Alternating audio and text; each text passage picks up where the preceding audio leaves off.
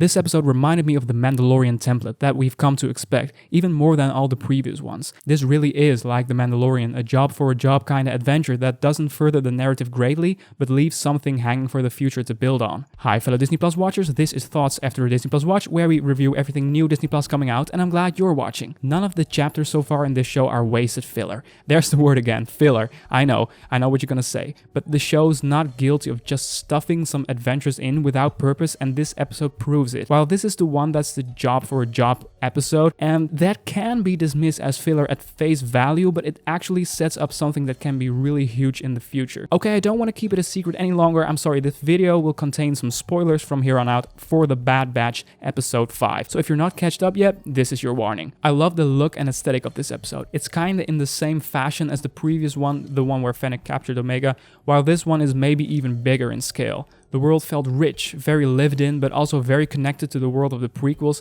and the Clone Wars. I would say Ord Mantell felt exactly like the extravagant style of the prequels and the more gritty, desert, lived-in style of the originals. It's like these two were having a baby, because the city is grand and reminds me of the prequels, and the desert along with the Rancor, well, that reminds me of OT Star Wars, of course. By the way, a special thanks to my returning viewers, as this week I crossed 100 subscribers. It means more than you know. Thank you so much. And if you're new, this is a channel that's specifically and absolutely only Disney Plus thoughts and reviews. Episode per episode, we all watch together. You'll have an idea on what to expect. Click that button and hit that bell if you want to follow along. Thank you so much. Bib Fortuna makes an appearance, and he will be very much tied to the story along with Jabba. At least that is what we are led to believe. And I think that makes a lot of sense. Why not have the Bad Batch and the Book of Boba Fett intersect with one another? Because the Bad Batch are perfect characters for a job kind of episode. I think this opens up the world for so many possibilities. There's always, at least so far, some interesting commentary hidden in an episode of the Bad Batch. Or well, commentary, I don't know, but something that makes you think. A hook. So I'm just pulling some dialogue here, and I will get into why I think this is so interesting. So Omega says in the first half of the episode,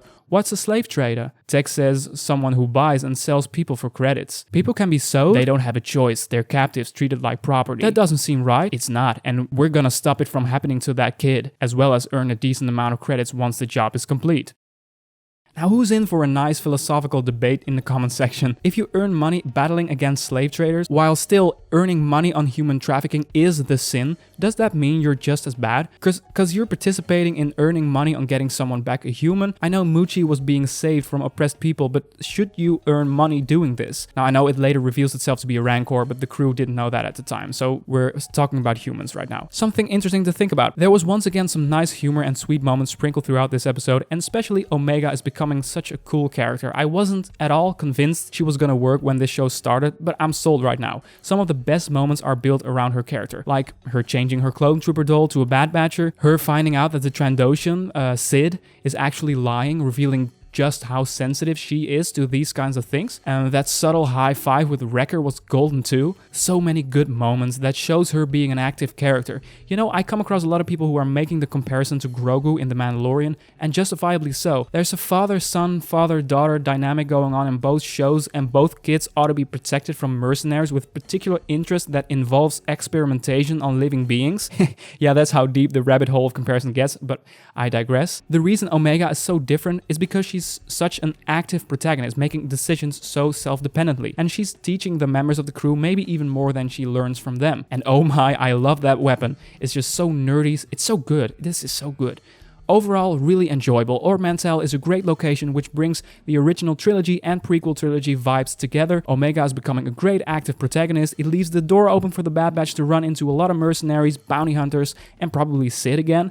It had something interesting to say about what it means to earn money on bad things like slave trafficking. Always nice to have once again something to think about after a good old Star Wars episode. I'm thinking about wrapping this up. If you're interested in thoughts on previous episodes, it's all in the description, or you can browse the channel page. Did you like this video? Then all it takes is to click that blue little hand down there. Thanks. I will be back with a new episode next week, and of course, Big Shot is still running. Thank you so much for watching. For now, have a wonderful day, and see ya.